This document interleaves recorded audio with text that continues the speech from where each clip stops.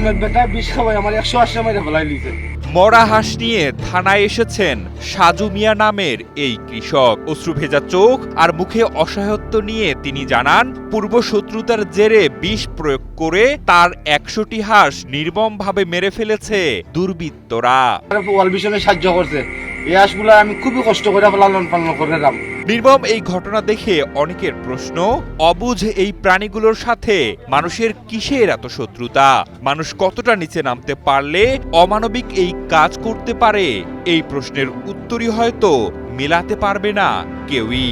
আমি কি সত্য বিচার পাইতাম না, ন্যায় বিচার কি জগতে পাইতাম না। জীবিকা নির্বাহের শেষ সম্বল হাঁসগুলো হারিয়ে কৃষক সাজু মিয়া আজ নিঃস্ব। অভাবের সংসারে দিনমজুরের পাশাপাশি 4 সন্তানের মুখে দুবেলা অন্ন জোগানো এবং পরিবারে সচ্ছলতা ফেরাতে চাওয়া এই কৃষক আজ এক ভয়াবহতা ও নিষ্ঠুরতার সাক্ষী। আমার বাচ্চা কাচ্চারা লইয়া মেডিকেল দৌড়িলে এই অবস্থায় আমার 8 গুলা লইয়া যায়।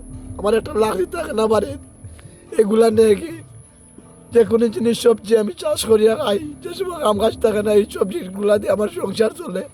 এই সবজিগুলার দ্বারা খাইটা লইয়া যায় কি রাত খেলা।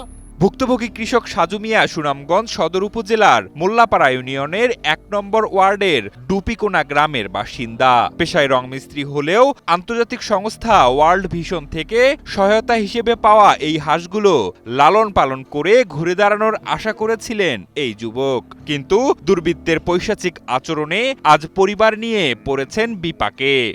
বাবাকে তো ছিল আমরা হাঁস খেতা মারছে, এইটা বাবাকে করছে পরে আমার অন্যত ইয়া ঠান্ডা ধরিলা ফিটবার লাগে আইয়া। গত 31 মে সন্ধ্যায় ভুক্তভোগী সাজু মিয়ার সাথে ঘটে এই নৃশংস ঘটনা।